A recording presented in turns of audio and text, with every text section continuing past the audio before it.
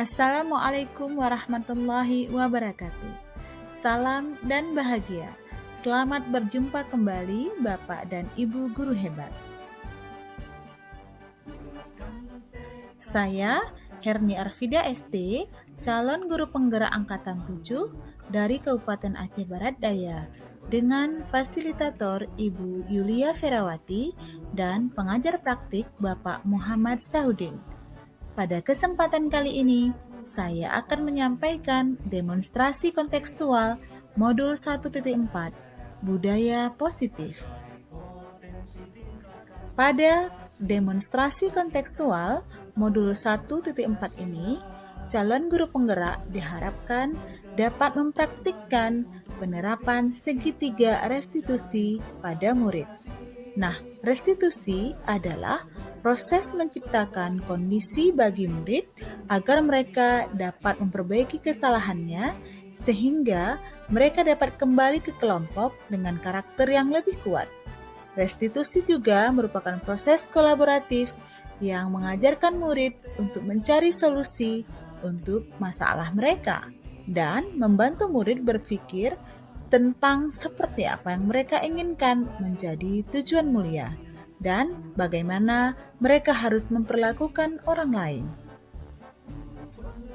Segitiga restitusi merupakan tahapan tindakan yang dilakukan guru untuk memperbaiki kesalahan murid, untuk kembali mentaati kesepakatan atau keyakinan kelas yang telah dibuat dengan cara mengakui secara sadar dan terbuka akan kesalahan yang dilakukannya, serta meyakini keyakinan kelas tersebut ketika ianya telah berperilaku jujur. Tahapan segitiga restitusi tersebut ada 3. Yang pertama, menstabilkan identitas. Yang kedua, validasi tindakan salah. Dan yang ketiga, menanyakan keyakinan. Berikut adalah skenario kasus pertama. Atika adalah seorang murid yang berprestasi dan selalu aktif di kelas. Ia juga sering sekali mengikuti berbagai jenis lomba. Namun, akhir-akhir ini ia sering diam dan terlihat murung. Atika sering tidak menjawab pertanyaan guru ketika dimintai pendapatnya saat diskusi kelas. Beberapa kali kegiatan presentasi hasil kerja kelompok, Atika tidak ikut ambil peran dan hanya diam saja.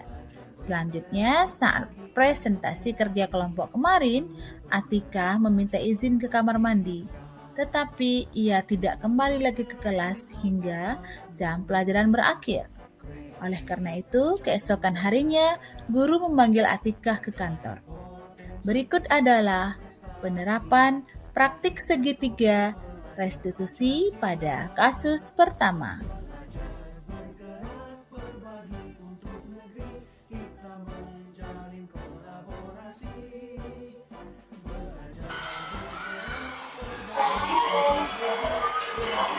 Silakan Tika.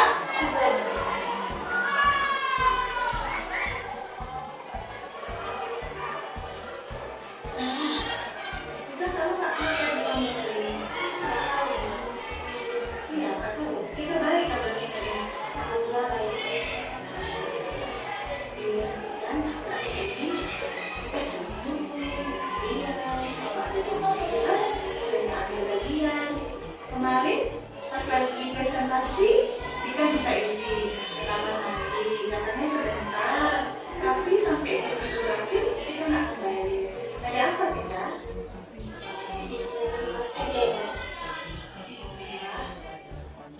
Kita tahu kan apa yang dilakukan kemarin itu sekarang? Tahu.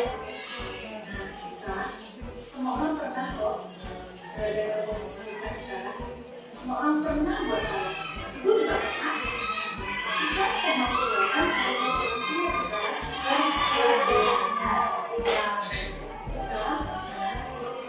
Kita tahu apa keinginan keras kita dan apa akibatnya dari perbuatan kita kemarin. Tahu keinginan keras kita sangat beresiko terus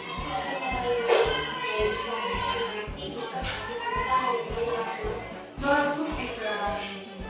Ibu senang jika teringat dengan keyakinan kelas kita. Nah,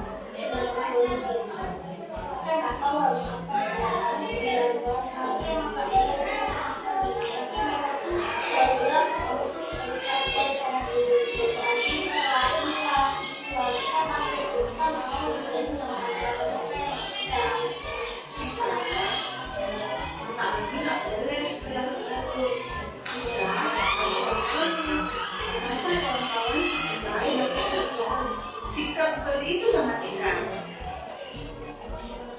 Tika ada berpikir rencana apa untuk menyelesaikan masalah ini?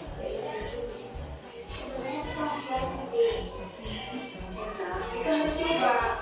Tika nggak tahu Tika bisa sebelum Tika mencobanya. Mungkin Tika bisa. Apa rencana Tika?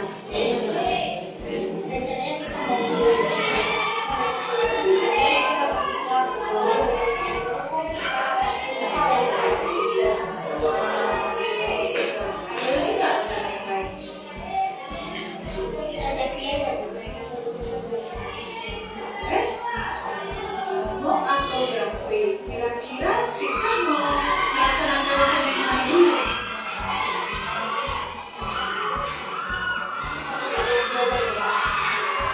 Tapi ya, oke. Kapan kira-kira rencana Tika berarti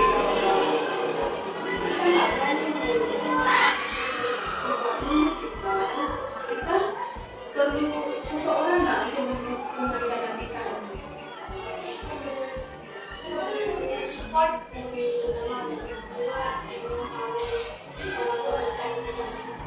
Terus Tika, apa nih rencananya Tika mulai ke kawan-kawan? Terus tanya. Stop ya. Tika punya indikator kan? Apa yang Tika harapkan dari rencana Tika? Kita maunya menghargai pendapat kita selalu kita apapun hal yang berbeda dengan rasanya itu untuk meningkatkan semua. Iya, bagus Tika. Tika, kalau Tika udah melaksanakan rencana Tika, apa Tika mau bercerita sama ibu tadi seperti apa hasilnya? Boleh apa hasilnya kita minta sama semua. Kita optimis ya. Ibu yakin kita bisa kok, ya. Kita optimis ya, Nak ya. Ada lagi yang mau disampaikan ke Ibu? Selamat mencoba ya Tika. Semangat ya. Sampai Tika.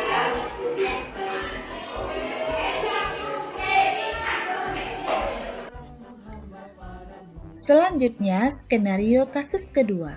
Rika Salvita adalah murid kelas 11 F4. Ia termasuk murid pintar, namun pendiam dan pemalu. Rika adalah salah seorang pengurus OSIS, dan akhir-akhir ini ia sering sekali terlambat mengumpulkan tugas. Meskipun sudah diingatkan beberapa kali, namun Rika tetap mengulangi kesalahannya yang selalu tidak tepat waktu menyerahkan tugas yang diberikan. Oleh karena itu, guru memanggil Rika ke kantor. Nah, seperti apa penerapan segitiga restitusi pada kasus kedua? Mari kita ikuti bersama.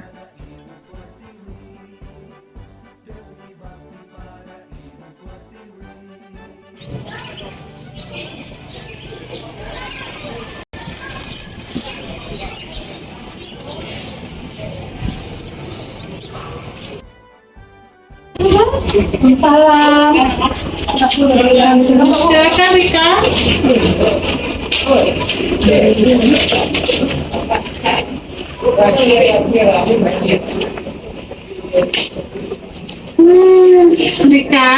Rika tahu nggak kenapa ibu panggil hari ini? Tahu nggak kenapa ibu panggil?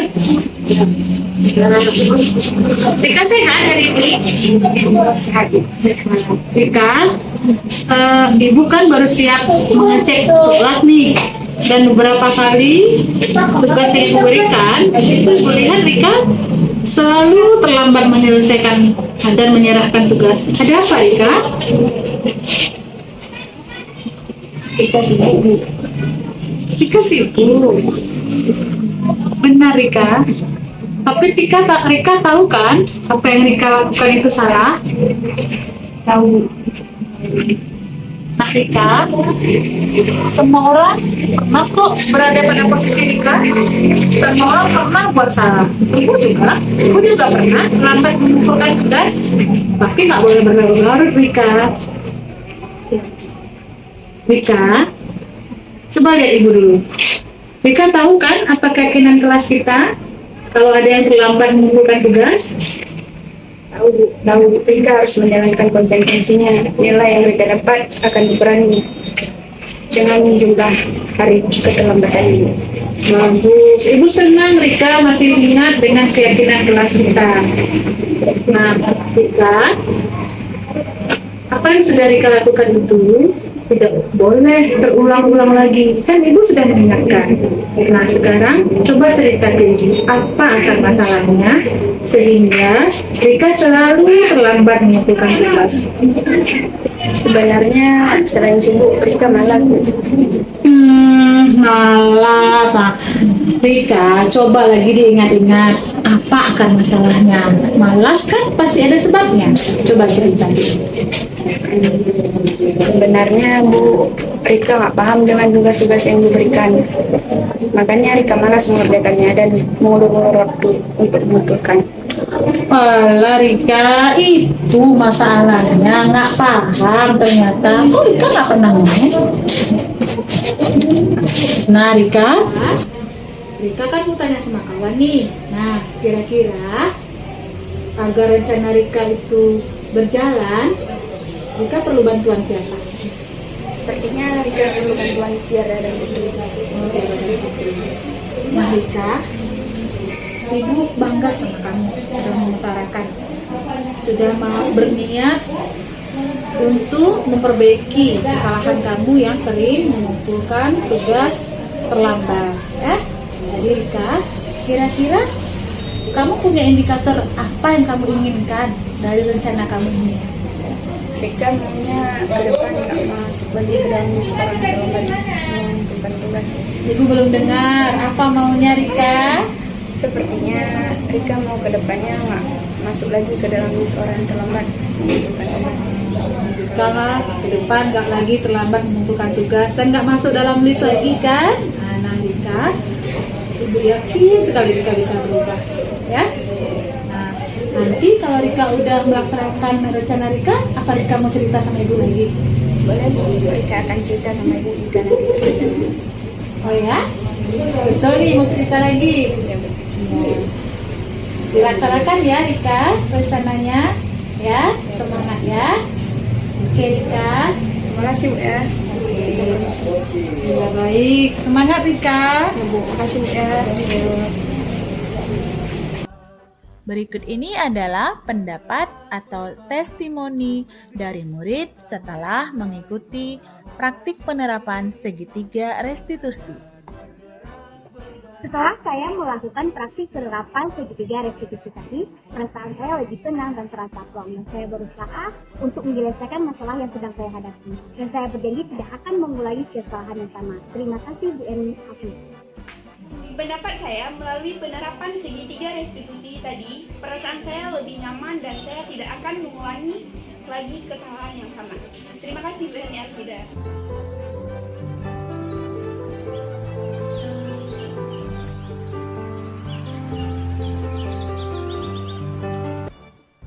Adapun kesimpulan yang dapat diambil dari kegiatan demonstrasi kontekstual pada modul 1.4 adalah segitiga restitusi merupakan praktik mengembalikan perilaku murid kepada keyakinan yang telah disepakati bersama. Guru memposisikan dirinya sebagai manajer yang mengarahkan murid untuk menemukan sendiri solusi dari permasalahan yang dihadapi. Restitusi mendorong terbentuknya kontrol mandiri pada murid atas dasar keyakinan akan nilai-nilai kebajikan universal yang pada akhirnya akan melahirkan budaya positif menuju terwujudnya profil pelajar Pancasila. Demikianlah demonstrasi kontekstual yang dapat saya sampaikan. Terima kasih, salam, dan bahagia.